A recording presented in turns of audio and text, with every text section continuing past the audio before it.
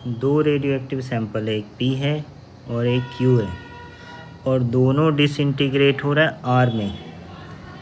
एक का half life है 1 मंथ, दूसरे का हाफ लाइफ है 2 मंथ। ये भी कह रहा है कि t=0 पे दोनों में number of active nuclei same है x। हमें फाइंड करना है time at which rate of disintegration p and q are equal, number of nuclei of r, ये फाइंड करना है। जिस टाइम पे दोनों सैंपल का डिसइंटीग्रेशन रेट बराबर है उस टाइम पे r का वैल्यू क्या है, number of nuclei of r। जैसे हमारे पास दो सैंपल है, एक सैंपल है p, दूसरा सैंपल है q, और एक सैंपल बन रहा है r। तो ठीक है, ये जो हमारा p है, ये जो हमारा q है, ये दोनों किस में कन्वर्ट हो रहा है, r में ही कन्वर्ट हो रहा है। ठीक है, एट t=0 इसमें एक्टिव न्यूक्लियस x है और इसमें भी एक्टिव न्यूक्लियस x है। इसका हाफ लाइफ दिया हुआ है, इसका हाफ लाइफ है 1 मंथ का। अच्छा 1 मंथ,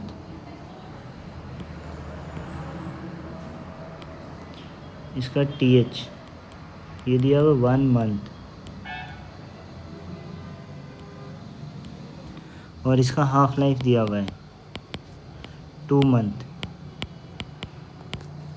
तो ठीक है, इसका अगर हम ये जानते हैं TH, ये फार्मूला होता है ln2/λ1 बोल सकते हैं। तो λ1 क्या हो जाएगा, ये हो जाएगा ln2/TH, और TH तो हाफ मंथ है, मतलब 1 मंथ है, तो ये हम लिख सकते हैं ln2/1 मंथ।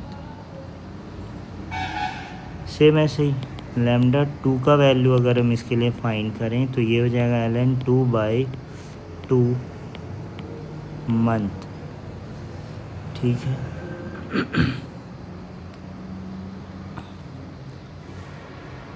हम लोग जानते हैं एक फार्मूला, तो ये जानते हैं number of active nucleus in sample P, ये क्या हो जाएगा तो ये हो जाएगा n0 e⁻⁻1 इंटू टी।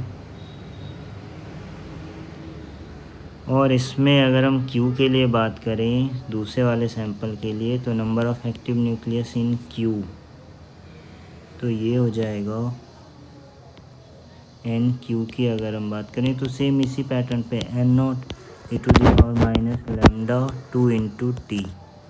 तो ठीक है, n0 का वैल्यू x दिया हुआ है, λ1 का वैल्यू हम ये लिख सकते हैं। अगर सपोज इसका वैल्यू में लिखना भी है np, तो ये लिख देते हैं x e⁻⁻λ1 की जगह पे रख देते हैं λ2/1 मंथ इंटू टी। और ऐसे ही NQ ये लिख देते हैं x e⁻ln2/2 month into T. तो खैर बोला है दोनों का रेट जब बराबर हो रहा है तो रेट ऑफ डिसइंटीग्रेशन, जिसको हम एक्टिविटी कहते हैं, rate of disintegration for P, ये हो जाएगा λ1 into NP।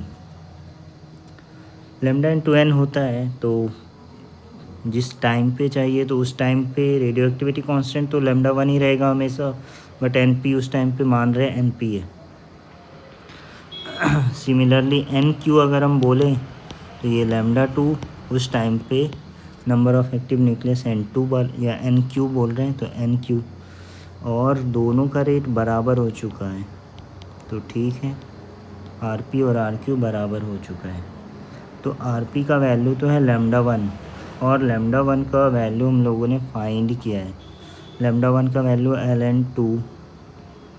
ln2/1 month,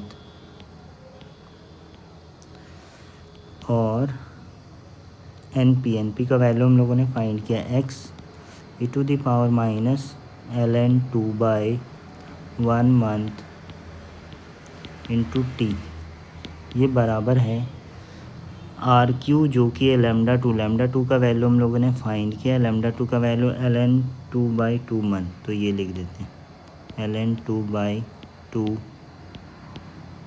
month into NQ तो x e⁻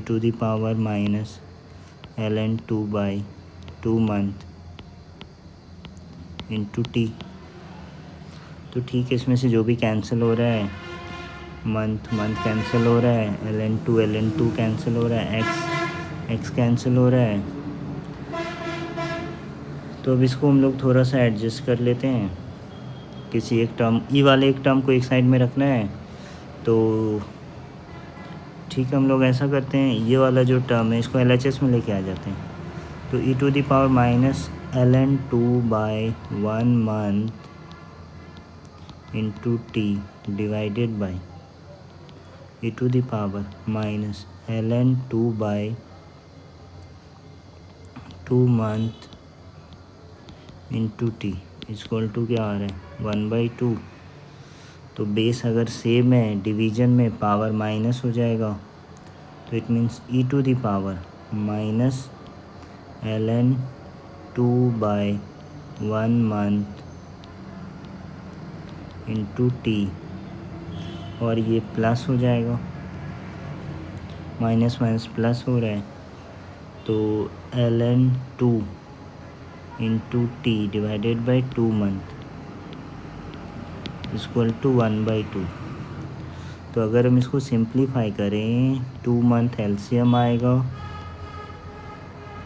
तो ये हो जा रहा है -2 ln2t plus ln2t equal to 1/2।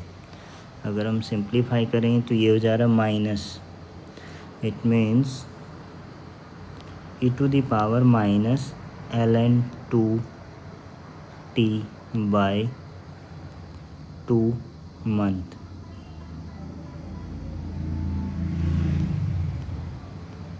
Is equal to 1/2। Power अगर पॉजिटिव करना है तो हम इसे 1/e⁻ln2t/2 मंथ भी बोल सकते हैं, equal to 1/2। It means e⁻ln2t/2 month, ये बराबर हो जा रहा है किसके, 2 के। दोनों साइड में लॉग ले लेते हैं, नेचुरल लॉग।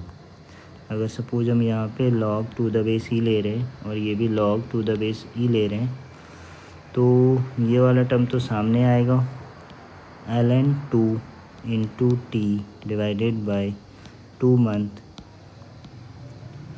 और ये वैल्यू ln e और e का वैल्यू तो 1 हो जा रहा है, इज इक्वल टू ln2 ये हो जा रहा है, तो ये और ये कट जा रहा है 1 जा, इट मीन्स टी का वैल्यू आ जा रहा है 2 मंथ। तो हमें यही फाइंड करना है, आफ्टर 2 मंथ कितना आर बना होगा। तो ठीक है, यहाँ पे 2 सैंपल है, हम ये फाइंड कर सकते हैं 2 मंथ में इसके पास एक्टिव न्यूक्लियस कितना रहेगा NP, और 2 मंथ में इसमें एक्टिव न्यूक्लियस कितना रहेगा NQ। तो कितना डिके होके R बन गया, तो x minus NP after time 2 month, और ये plus x minus NQ after time. तो नंबर ऑफ R अगर हमें फाइंड करना है, नंबर ऑफ R फाइंड करना है, तो P में टोटल x था माइनस 2 मंथ के बाद कितना एक्टिव न्यूक्लियस रह गया। तो हम ये बोल सकते हैं, ये फार्मूला हमें पता है, n is equal to n0 1/2 t पे पावर t/th।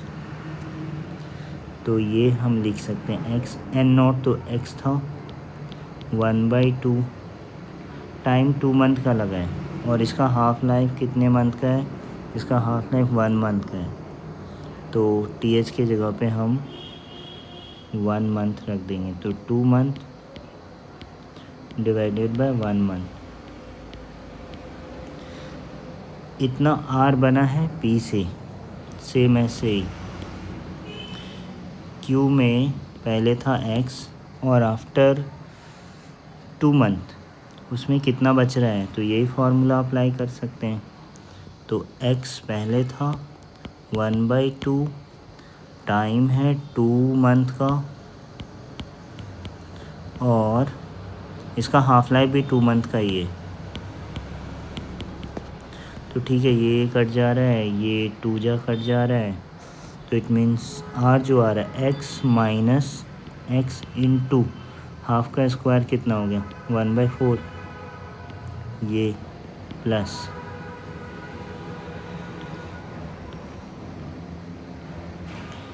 और इसमें अगर हम देखें तो कितना हो गया x माइनस, ये तो x/2 ही हो गया ना, ये पूरा कट गया है तो x/2 ही हो गया।